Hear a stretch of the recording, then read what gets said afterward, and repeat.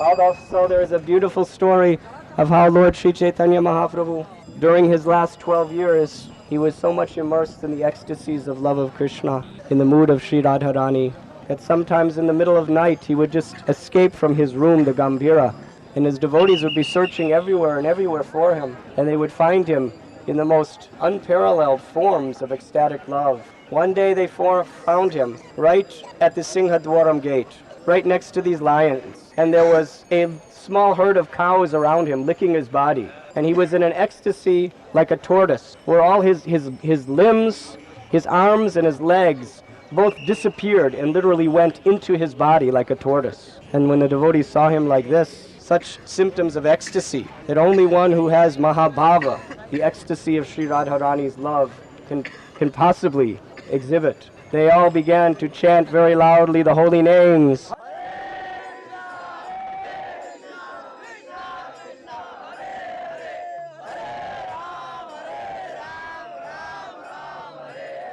Still, his arms, his leg, and even his head, they were all withdrawn within his trunk, and he was not willing to come out. So in great desperation, with raised arms, they very loudly began to chant.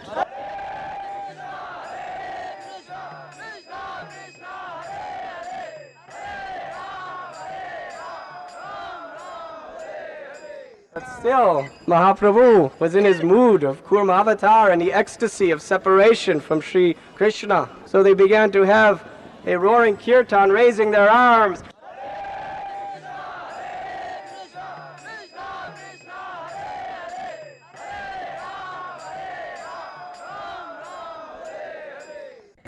I was with Radha and Krishna in Vrindavan, assisting them in their eternal Leela. Why have you brought me to this place? And they all began to chant.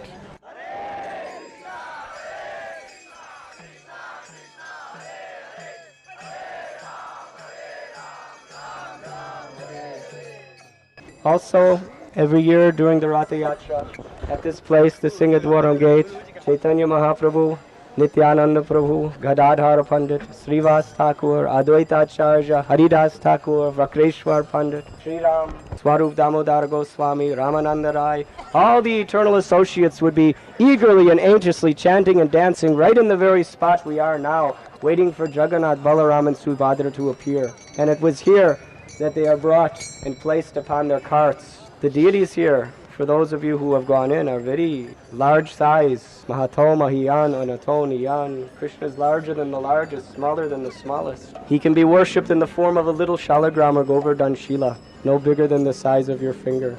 Mahaprabhu worshipped the Govardhan Shila hardly bigger than his own thumb. And at other times he would worship Lord Jagannath, who is so big and so wide and so worshipable. So Balaram, Subhadra and Jagannath would come out of the temple from the Dwara gate, and they would be placed on their carts.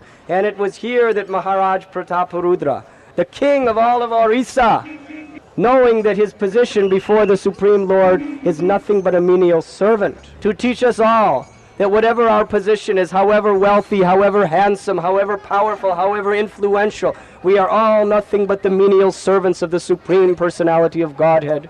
Maharaj Prataparudra would put on the cloth of a bangi, street sweeper, and he would take a broom and accept the most humble position of sweeping the road before Lord Jagannath. Sri Jagannath Swami! Lord Chaitanya Mahaprabhu did not want to meet with King Prataparudra because he was a worldly person. He was associating with a throne and a queen and so much wealth and so much power.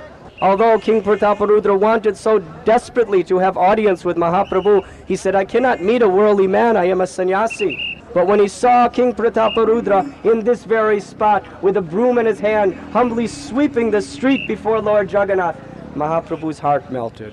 If we want to win the heart of the Lord, we have to take the most menial, humble service. We have to know we have no position except the servant of the servant of the servant of the Lord. We should be willing to sweep the dust from the feet of the Lord and his devotees, because that dust, Narottam Das Thakur says, should be the sustenance of our life.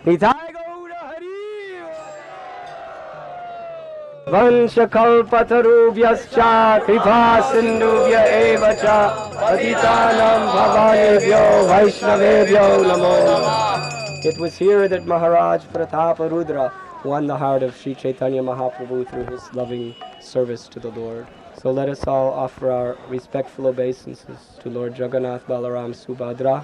It is the custom of this temple that people who are not born in the land of India, in the upper classes, are not allowed to go beyond the Simha gate. So those of you who qualify, later on you may go in and have the beautiful darshan of Jagannath, Balaram and Subhadra. And the rest of us, fallen souls, we will be very happy and content to offer our obeisances to the chakra. Because as Haridas Thakur, Rupa Goswami and Sanatan Goswami, they were also considering themselves unfit to go into the temple. Haridas because he was born in a family of untouchables. Rupa and Sanatan because they became servants of untouchables. But they never wanted to disturb the traditions of the pujaris and the temples. So every day they would offer their heartfelt obeisances to the chakra on top of the temple, because it is to be considered that the chakra is non-different than the murti inside, and when you worship and bow down to the chakra, you gain all the credit of worshipping the Lord within. So let us all, with great sincerity and humility, bow down before the Lord of the universe, Sri Jagannath Deva, Sri Subhadra Devi, and Sri Balaramji. You were listening to Radhanath Swami on devotionalnectar.com.